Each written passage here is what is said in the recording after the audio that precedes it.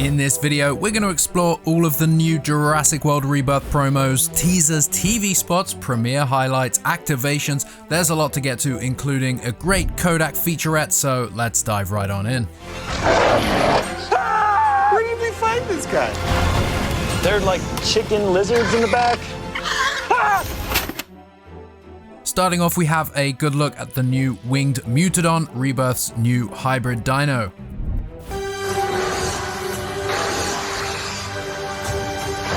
This is one of many promos featuring computer-generated dinosaurs, and in this one we have confirmation that this raptor hybrid thing, mutant thing with wings, can indeed fly.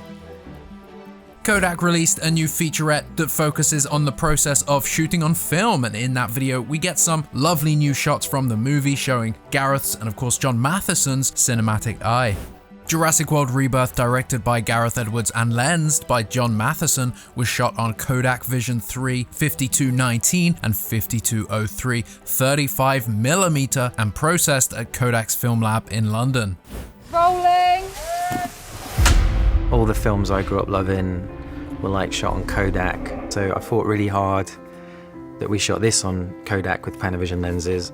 Kodak is the go-to name in the film industry. All those films you love and you grew up with that have that certain look that's really hard to describe, it's because it was shot on Kodak. The way film stock works is it's not a perfect representation of reality, it's a better version of reality. Action! There are some beautiful new shots included in this video. Alex highlighted a few of them, including a look at the scene that was filmed in New York City, which really highlights those anamorphic lens flares, and this sunset shot, which is new to us. It is clear that during the first act of the movie, we obviously spend a fair amount of time on the boat with Duncan and his crew. But the colours are more sophisticated. There's more fidelity in the colours. You know, the greens of the jungles really come through. It takes contrast and does things with them that make it look better than when you were stood there. You stood in Thailand, this amazing place you shoot on film, and then you look at the dailies and it looks even better.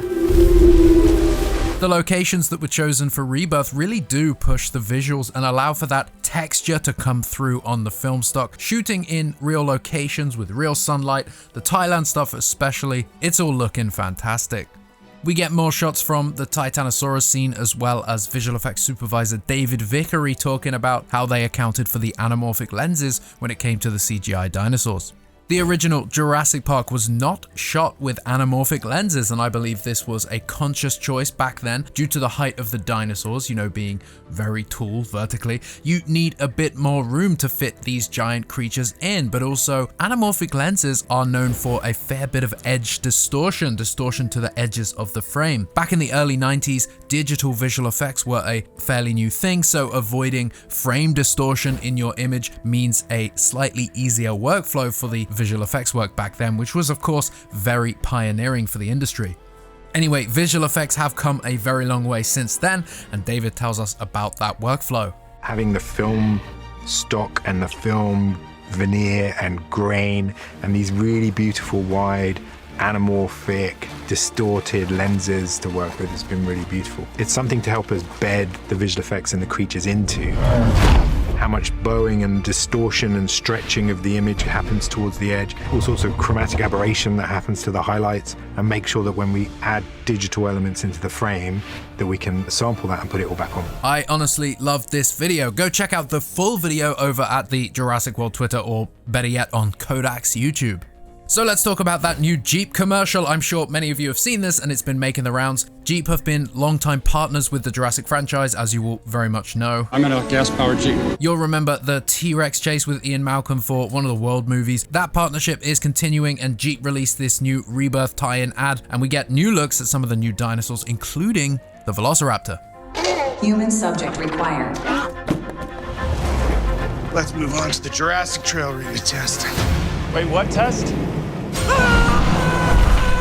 So it's pretty silly stuff, but we get a look at Rebirth's new Velociraptor, described in that leaked document as inspired by the Jurassic Park 3 Velociraptors. This new raptor does indeed look like a natural evolution from those Sauna raptors. Many have pointed out the red compies, which is of course a first for the franchise. No idea if the compies in Rebirth are red, but either way, it's quite interesting. We get a close-up of the Titanosaurus here, and of course the fish-eating Quetzalcoatlus closes it out. That wasn't too bad. G. Jurassic World Rebirth, only in theaters. Dolores says you did a good job. This access denied short that the Jurassic World channel uploaded reminds me of those introduction videos for each level of the Lost World PlayStation game, that incredible game. One of the best games we've had in this franchise, one of the only good games we've had in this franchise. Let's be honest, love seeing that InGen back end there. Another new TV spot was shared and it shows us a couple of new shots from the movie. We get this establishing shot, which I believe is part of the InGen lab. We can see geothermal piping there. I think that's what that's supposed to be, and really just the vastness, the size of this location, as well as a new shot of Zora Bennett walking towards it with Martin Krebs. We also get yet another updated version of the Mutodon shot. The Mutodon now twitches as if it's coming back to life, waking up from its cryogenic state, potentially. We also see Dr. Loomis looking up at this area, and another shot where he backs away from what we now know is where the D-Rex was housed. Could the Distortus Rex still be living inside this room? The rest of this TV spot plays out with the scenes and clips that we have already seen. Meet the Delgados is another featurette that was released just last week, and in it we get so much more from Rebirth, including seeing exactly how Isabella is saved from the Spinosaurus. Jurassic World Rebirth follows the story of the mission and then the story of this family that is just there by chance. We get yet another callback to the original Jurassic Park with Ruben and his two daughters going to sleep at the base of this tree. Up until the last few TV spots, we hadn't actually seen much of the family, but now we learned that they indeed do spend some time on the island without Duncan's crew. They are rescued from their capsized sailboat by Duncan's boat, but as we've seen endlessly now, once that boat approaches the island, Spinosaurus and the Mosasaurus attacks it, which leaves the entire group stranded. It's not clear when and how the Delgados separate from Duncan's group, but they aren't present in those beach shots, and here we see them spending the night alone on the island. You guys ever wish you had a boring dad? We do. I play Ruben Delgado, and we're introduced to his family, and they're making this trip on his beloved boat, La Mariposa.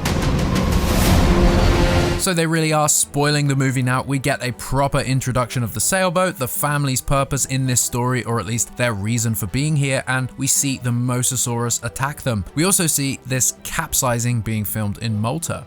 Now, these featurettes are great, but I do feel like some of them would have gone down better after the movie's release on July 2nd. Perhaps they could have saved some of this making of content for the Blu-ray, you know? Some beautiful underwater cinematography can be seen here, and we also get to see the Mayday call coming in on Duncan's boat and the arrival of said boat to the capsized yacht. We see the dead parasaur, and here from the family members, we get another close look at the river raft scene, which would have been cool to see in the cinema for ourselves. More of the stunt work, more of the family nighttime scene, and then the rest plays out with a montage of scenes that we all know very well now. Go and watch the full thing for yourself, it's pretty fun. What else have we got? We've got this new IMAX poster. The movie is not playing in IMAX globally, but in China, they get the IMAX treatment. Premieres have been happening all over London, Berlin, Paris, New York City, but check this out. New promo for Jurassic World Rebirth here in Milan, Italy. There's a floating boat where you have to find the DNA of the largest dinosaurs. It was an amazing experience. What other activations have you seen? Pretty cool stuff overall. I'm gonna leave it there. Be sure to check out our podcast. We just dropped a new episode yesterday. Comment down below if you'll be heading to one of the many early screenings. Thank you for watching this video, and I will catch you in the next one.